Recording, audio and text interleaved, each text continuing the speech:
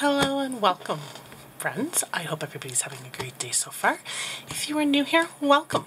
And if you're back, welcome back. I greatly appreciate all of the ongoing support. This is my channel, Dragon's Jewel Creative Gems, and I'm Tegan. And I'm just going to get all those wonderful YouTubey stuff out of the way. If you haven't hit that subscribe button yet, please consider doing so. It's just down below.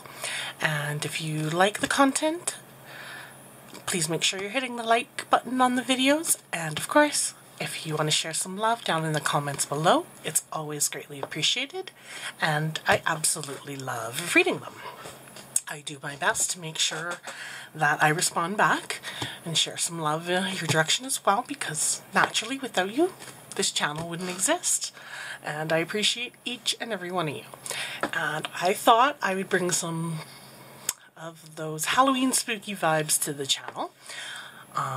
There are going to be in the WIP and Chat style format, but I'm going to read some ghost stories of Alberta, which is the province that I reside in. So I will have a spooky canvas that I'll be working on, and then I'm going to read a couple of ghost stories so that you can listen along while you dab and paint, or work on another craft, or what you normally do during WIP and Chats kind of thing, and I keep you company with some spooky tales from my province. So I figured that would be fun.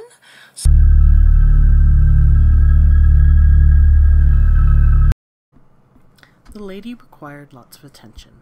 The question of whether it's people or places that are haunted is complicated further by this story. Of all the employees of Fort Calgary's haunted Dean House, Atez Jackie been witness to the greatest number of sightings long before he worked there. Atez lived in a haunted apartment. The elegant female apparition was clearly not a figment of Atez's imagination. On several occasions, his roommates and guests felt her presence.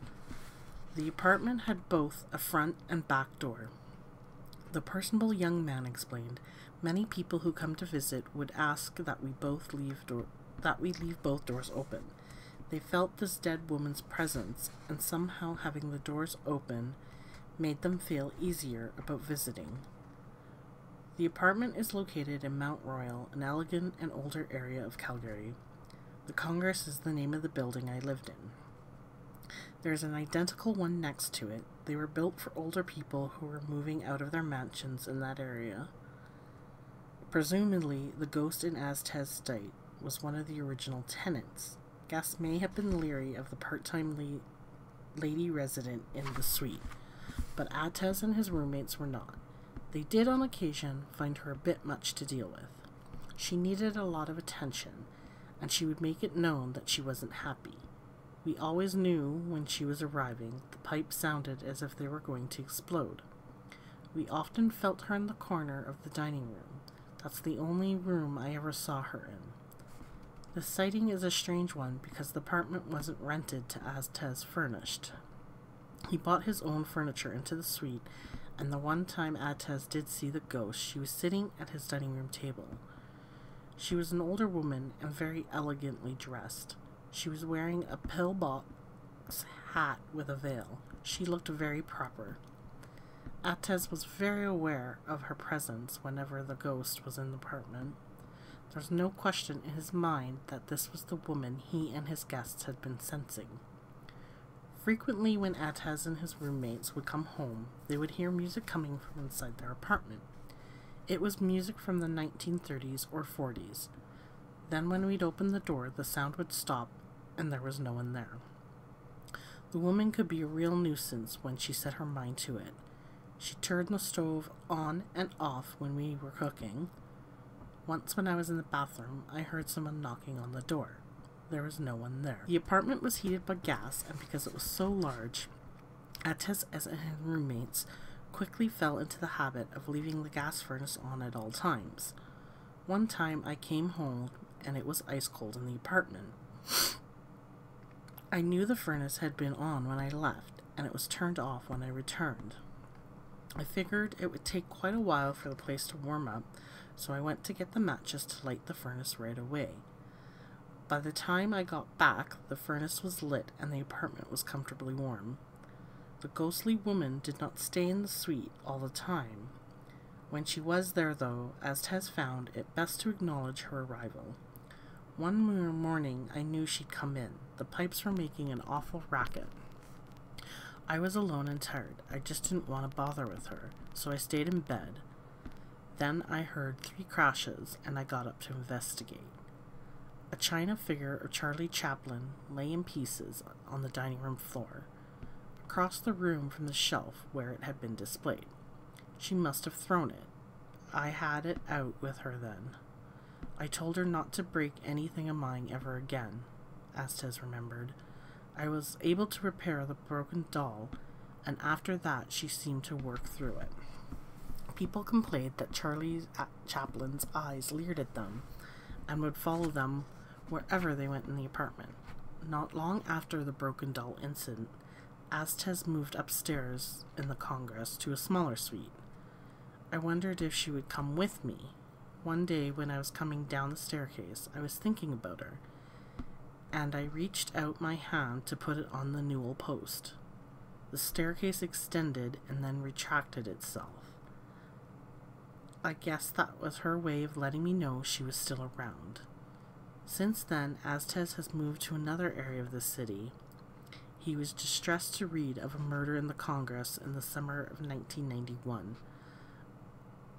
I understand it may have taken place in my old apartment. To this day, Aztez wondered if the woman's presence that he had come to know so well might have been a contributing factor in the death. Calgary Firehalls, they're all haunted. The City of Calgary Fire Department referred my inquiry about haunted firehalls to Frank Silkier, president of the Fire Department Museum Society. After introducing myself on the phone, I told Frank the reason for my call. I've heard that a couple of former firehalls in Calgary are haunted. The man chuckled and replied, "They're all haunted." Unfortunately, not much documentation for all the stations, but exaggeration aside, Mr. Silkier was able to provide details for 3 different locations. Which one exception it is horses, not people, that are responsible for the hauntings. The horses, of course, were an integral part of the firefighting team in the early years of this century. Their names have been recorded in the archival records of the Calgary Fire Department. Bob Brownie, Jimmy Squibby, Senator L, or Joe Booth might well be the animals whose spirits remain in the 3 former fire halls. It seemed that the animals took their careers as seriously as the men did, Frank explained. As soon as the horses heard the bell, they would leave the stalls and go to their places in front of the wagons. By the early 1930s, the entire force was motorized, and the animals that remained were retired. Apparently, at least some of them were very attached to their exciting life on the firefighting team, and were not ready to be put out to pasture. The station at 1110 Memorial Drive Northwest was built in 1906 and served as a fire hall until 1964. Today, the City of Calgary Parks Department uses some space on the main floor, and a canoe club rents part of the area upstairs. I've been told by people who have worked alone in the building that occasionally they hear the sound of a bell ringing in the distance. Right after the bell sounds, they say they can hear commotion from the first floor. They say it sounds like an echo of horses whinnying and hoofs on a cement floor. Maintenance people, tenants in the building over the past years, and even people working on the path behind the old fire hall have reported hearing these noises. The ghosts of former Fire Hall Number 3 are not as easily identified. The building still stands at 1030 9th Ave Southeast. It served as a fire hall from 1906 to 1952, until recently the Fire Hall restaurant occupied the building. No one has ever been able to determine whether it's men or horses who haunt the building. Over the years, though, many people have reported hearing strange, unexplained noises and experiencing unusual feelings in the place. Budget Rent-A-Car now occupies the old number 1 station at 138 6th Avenue Southeast, which was built in 1911 and used as a fire hall until 1973. Historian Silkier explained a firefighter named N. Cox, his first name may have been Norman, was killed in the station on May 8, 1962, during a drill. He's still around, there's no denying it. The horses haven't left the station either. Even today, the distinct sound of horses moving around and the clatter of their hoofs on the cement floor can occasionally be heard. Frank cannot explain why so many fire halls in the province are haunted, except to suggest there were some very dedicated people. It seems some can never go to their rest. As long as the building exists, they'll be there. Frank Silkier has taken steps to ensure the buildings remain for the ghosts and the living to enjoy. They are all protected as provincial historic sites. Opera House alive with spirits. Alberta's settlers may have had hard lives, but they knew how to enjoy themselves. The existence of the Canmore Opera House is proof of that. Built in the small mining community around the turn of the century, the Opera House was designed for the purpose it's named for, as well as a rehearsal and concert hall. You would be hard-pressed to find a less interesting building from an architectural perspective, but what it lacks in design, the house definitely makes up in a distinctly colorful past and even present. Years after its life in the performing arts, the nondescript building was called into service as a hospital and then as a retirement home for local coal miners. By 1960, the historic site sat empty and deteriorating. Fortunately, it was identified as an important part of the area's heritage and was moved in 1966 to Calgary's Heritage Park. Today it is on display as a museum, but it is also used as a functioning theater. Park entrepreneur explained that the old and beautiful grand piano, which sits on the Opera House stage, can periodically be heard playing while no one is near it. She has also been told of costumes being strewn around dressing rooms while the building was empty. I've never had any experiences myself, she explained, but I still don't like going into the auditorium by myself. Maybe it's just that it's dark, but it really is creepy. Vera Burns, a former park employee, reported that the actors with different troupes had complained of hearing loud footsteps and party-like sounds of voices and dinnerware clanking. Over the years, a number of people have reported seeing the ghost of a man sitting contently in the auditorium and watching the stage. Vera explained that the ghost has definite preferences for certain performances. She quoted in the January 25, 1982 edition of Alberta Report as saying he likes musicals best and can be seen looking over the crowd when we have one. Some park staff believe he's the ghost of a patron from the 1897 to 1913 era, and that he's returned to enjoy the Canmore Band, which played in the Opera House at the time.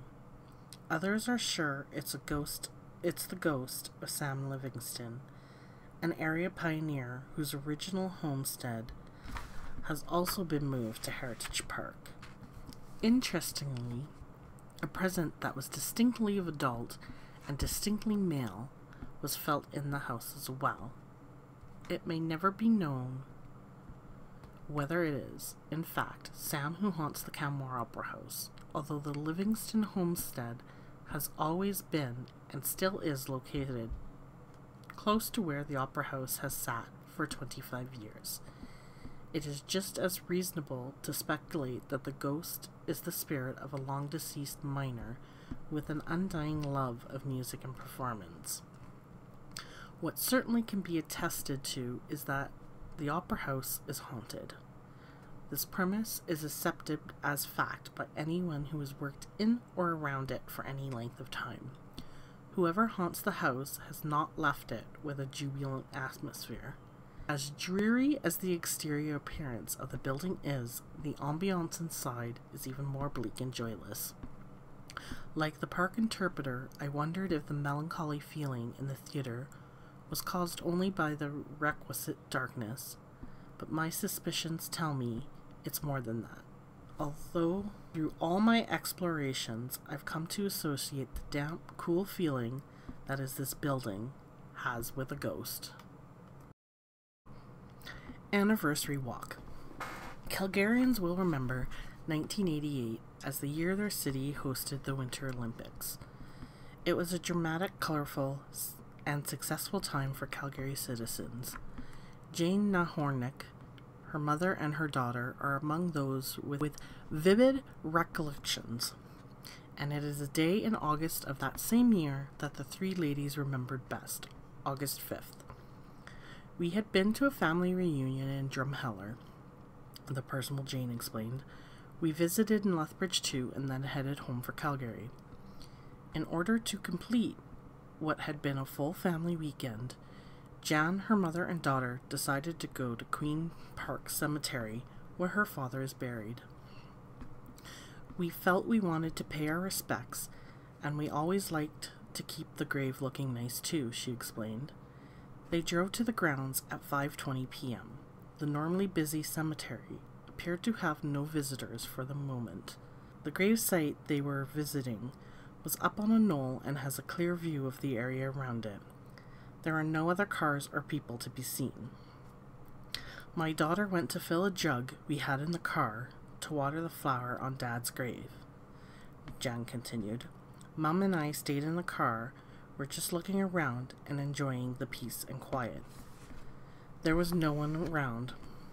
Then out of nowhere, there was someone, a woman in beige, long-sleeved, flowing dress. She had beautiful hair and was wearing a pearl necklace, but she was empty-handed. She wasn't carrying a purse. As it would, most women, the lack of purse struck Jan and her mother as being extremely odd. My daughter saw her too and thought it was very strange that the lady would be walking up by the headstones. Also, the way she was walking was unusual. She was almost waltzing. Not surprisingly, the ladies were fascinated by the unique sight and watched her intently. Despite their curiosity, Jan added, we all got the feeling that this was something we weren't supposed to be watching. The apparition paused at a particular headstone. Jan had already started their car and was driving towards the headstone that the woman with the pearl necklace had stopped at. All I had to do was turn the car around. I've timed it since, and this lady was only out of our sight for 1 minute and 13 seconds. By the time we were facing in her direction again, she was gone. Vanished. Nowhere to be seen. Jan paused in her story. You must remember we were up on a hill and could see all around the cemetery. This lady was just plain no longer there. In case the woman might have hidden because she was kneeling down behind the headstone, the family drove to the place they'd last seen the mysterious woman. There was no one. The entire cemetery remained as empty as when they'd driven in. Puzzled, the three stared at the headstone in front of them. Below, the lady's name to whom the monument had been erected was a record of the date she died, August 5th. Because perhaps the lady's spirit was taking an anniversary stroll. Bedroom in Bedroom community is haunted. As a result of its proximity to Edmonton, the town of Beaumont has in recent years become a bedroom community. Despite its present-day role, the community does have a long and proud heritage as one of the earliest areas to be settled in northern Alberta. A few years ago, the Harris family bought a house in Beaumont. With 4 children under the age of 6 to raise, Mr. and Mrs. Harris were concerned about finding a suitable place to settle in. A serene and quiet quality of life for all 6 of them was the prime importance. After months of diligent house hunting, first an area and then a specific house was chosen. All members of the family old enough to voice an opinion were delighted with the choice. This was truly going to be home, everyone agreed. Not long after they moved, the mother heard crying from the baby's bedroom. She went up immediately to see what was the matter. Surprisingly, she found the baby sleeping soundly and contently. As the puzzled woman stood by the crib, the bedroom door closed. This startled her, but as there was nothing wrong with her child, the woman left the room. Night after night, the scenario was repeated. The 3 older children and their father also heard the crying. Each time they checked the nursery and found the child fast asleep. The family was beginning to change their minds about the appropriateness of this particular house, and even the town as a good place to be trying to settle in. At last, in frantic desperation, the couple contacted a psychic who agreed to come out and assess the strange situation. Her first impression was a distinct and dramatic one. She felt that there was a child spirit stranded in the house. The psychic instructed it to leave. That night there was no crying, but there were loud noises and doors banging, closed for no apparent reason. Several nights later, the young mother dreamed of an angry man walking down the hall and going into the nursery. In her dream, he disappeared into the closet. A woman was sitting in a rocking chair near the closet, and she spoke to the dreaming mother, and in a voice filled with hate, accused her, "You took my baby." Badly shaken by the dream, the woman got up and busied herself until morning. As soon as it was reasonable hour to make a phone call, the frightened young mother got in touch with the psychic. The woman came out directly. She sat quietly for a prolonged period in the nursery. In time it became clear to the psychic that during her first visit only the spirit of the baby had been released. The child's distraught parents remained in the Harris's home. The psychic gave the same instructions to the parents that she had to the child's spirit. They must have found their precious infant because there were never any more unexplained sounds in the Harris's house. They live there to this day and are happily raising their family in the calm and loving atmosphere they'd always hoped to. Presumably, the family once haunted the Harris's lives, and home is also calm and happy since their reunion. The house with an evil spirit. Some of the most ordinary houses can have most extraordinary pasts. A dramatic history can have a profound influence on a building's future. One ghastly occurrence can set the stage for years of unhappiness. This is the pattern in the following story. The haunted house is like all the neighboring ones in appearance, but the events that have tainted it now have spilled over into surrounding homes. Apparently, this is too ugly a possession to be contained in one small house. In 1948, a corpse was found that partially solved a nearly 20-year-old mystery. Cecile Pierce had just bought a house in the Capitol Hill area of Calgary. For undocumented reasons, we had the basement excavated and made a horrible discovery. There, lying below Pierce's real estate investment, was the body of Thomas C. Hall, who had owned the house when he disappeared in March of 1929. The soil had preserved the body in a semi-mummified and readily identifiable state.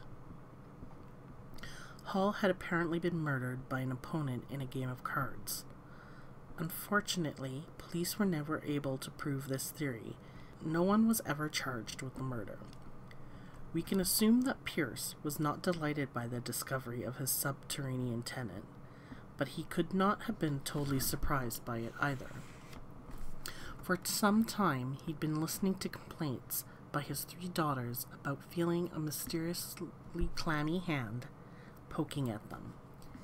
Even then, they were concerned enough to begin an investigation into the history of the home. During this research, they discovered that the previous owner, Elizabeth Irish, often complained of what seemed at the time an irrational uneasiness in the house. The Pierce and the Irish families were not the only ones to be aware of strange going-ons.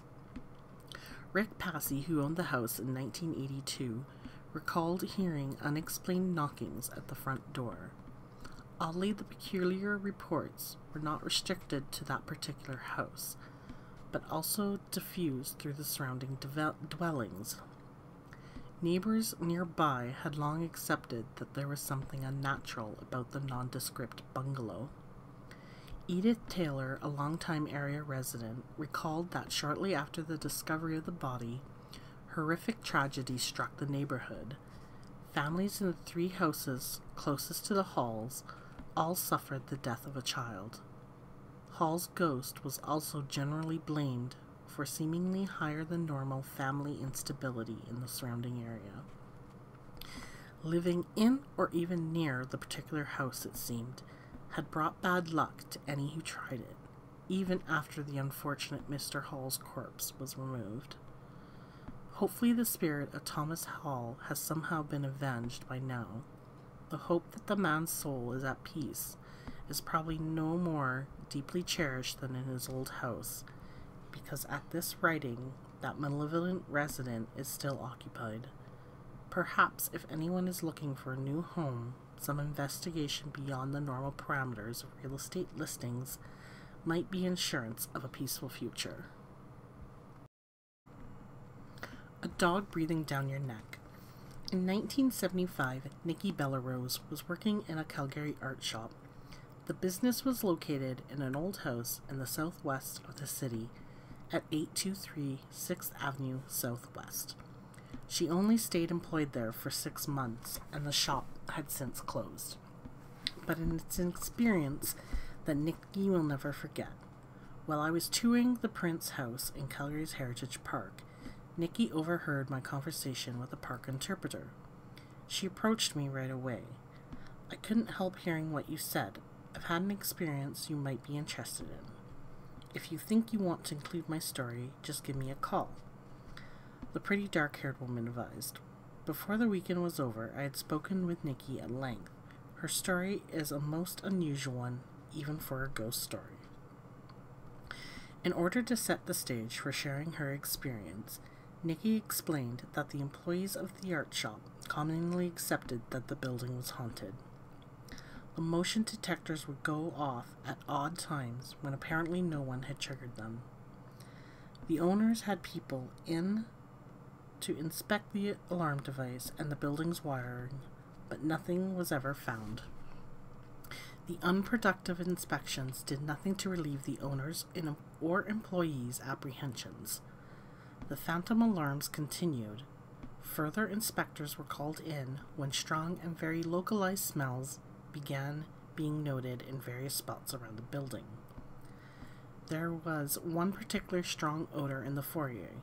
We never figured out what caused it, and we were never able to get rid of it. There was another different smell just at the top of the basement stairs, and the others would just occur in different spots for different lengths of time. Gas inspectors were called in to investigate, but no problems were found. One particular smell is one Nikki will never forget. It made me feel really uncomfortable. I was kneeling down, bending over some work. I felt and smelled the hot breath of a dog behind me, breathing on the back of my neck and my ear. A dog's breath is pretty distinctive. I'm sure that's what it was. That last experience had a hand in Nikki's decision to move along in her career. I've always intended to go back and see what's there now. I'd like to ask some questions, but up till now, I haven't been able to do it, Nikki confessed. As Nikki still lives in Calgary and appears to be a highly motivated and energetic person, it is neither geography nor laziness that has kept her from completing the intended mission. It sounds suspiciously like one of those plans we all have that we just as soon not carry out. Or perhaps it's the other way. Perhaps it's the will of the spirits preventing Nikki from fulfilling her long-standing goal. Perhaps the spirits wish to be undisturbed by the current tenants in the building, to be left alone. Beautiful Woman in White. The Prince House is a grand old 3-story place built of sturdy yellow bricks. The building was moved from its original site in 1966 to the grounds of Heritage Park. The move was a mammoth undertaking that required the house to be hauled in 3 separate sections. Despite the upheaval, the house arrived at Heritage Park, complete with its ghost. Rick Smith, general manager of the unique Calgary Park Museum, explained that a couple of seasons ago, entrepreneurs in the house were shocked to hear about the beautiful woman in the white dress holding the baby in one of the upstairs bedrooms. When they investigated, the room was as empty as they expected it should be. One visitor was perturbed enough by what she had seen that some months later she was still not able to get the incident out of her mind, and she contacted the park.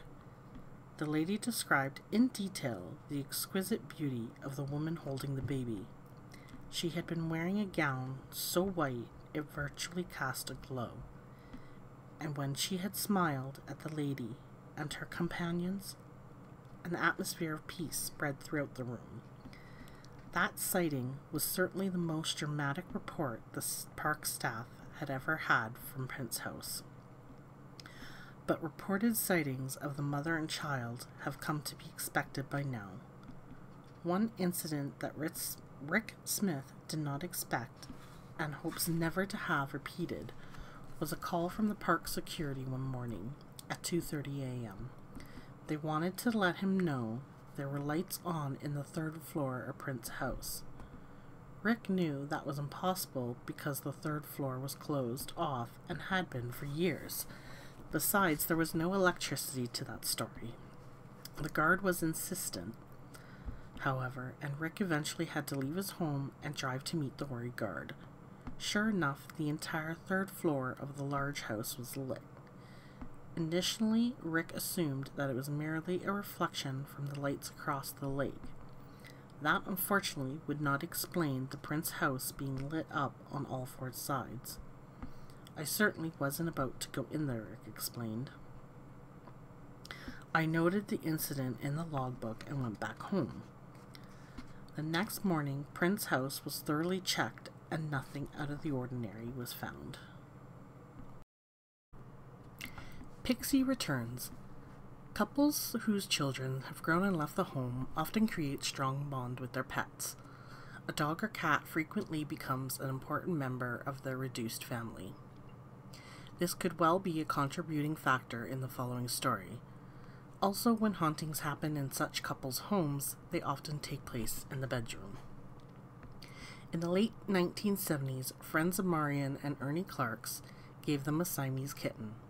The couple's children were grown and living away from home, so the extra company was welcome. They named the ball of fur Pixie, and the cat became an important member of their household.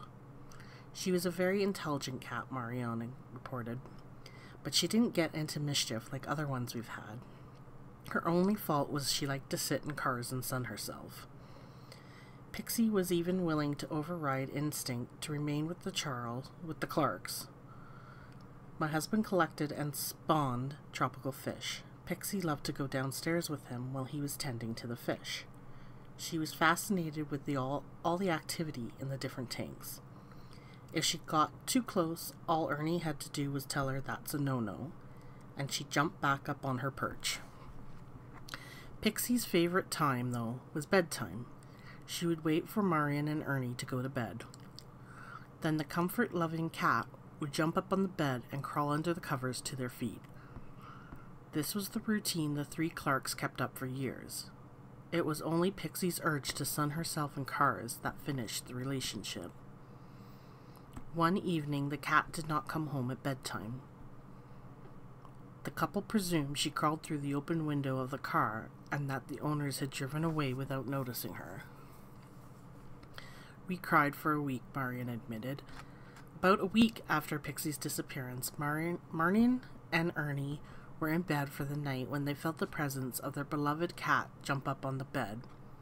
Then they felt her snuggle into her accustomed sleeping position. This continued for about a year and a half, Marion remembered. Eventually, her visits became less frequent, and then not at all.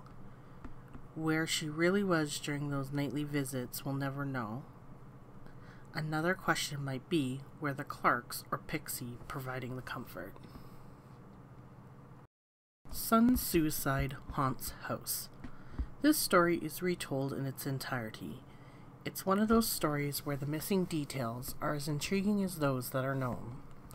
Also fascinating is people's infinite ability to adapt their lives to bizarre circumstances. Like so many of the tales collected here, this one took place only a few years ago. Shortly after an Edmonton couple moved into their new home, the husband returned from work and called out a greeting to his wife. He was surprised when she didn't answer him. He'd been expecting she'd be at home before he was. As he entered the kitchen, the man was shocked to find a large pool of blood near the stove. He checked through the house and, not finding her, called the police and the hospitals. While all of this was going on, his wife arrived home unharmed. She knew nothing of the blood. The kitchen floor had been cleaned when she left the house hours before. Shortly after that incident, the couple began to hear sounds and detect movements in the house. They owned dogs. One day, when the new owners got home from work, their dogs were uncharacteristically restless. Looking around the house, they found all the chairs in the dining room had been moved. This was the first of what was to become a routine pattern. Every time the couple returned home, they'd find their dogs distraught and various pieces of furniture moved. The couple liked the house and wanted to stay there, but not surprisingly, they were alarmed by what was happening. They checked into the history of their new home and found that the son of a previous owner had killed himself there. Their attempts to learn more details were fruitless, but that much information was at least some explanation. To this day, the couple share their home with their dogs and a furniture-moving ghost.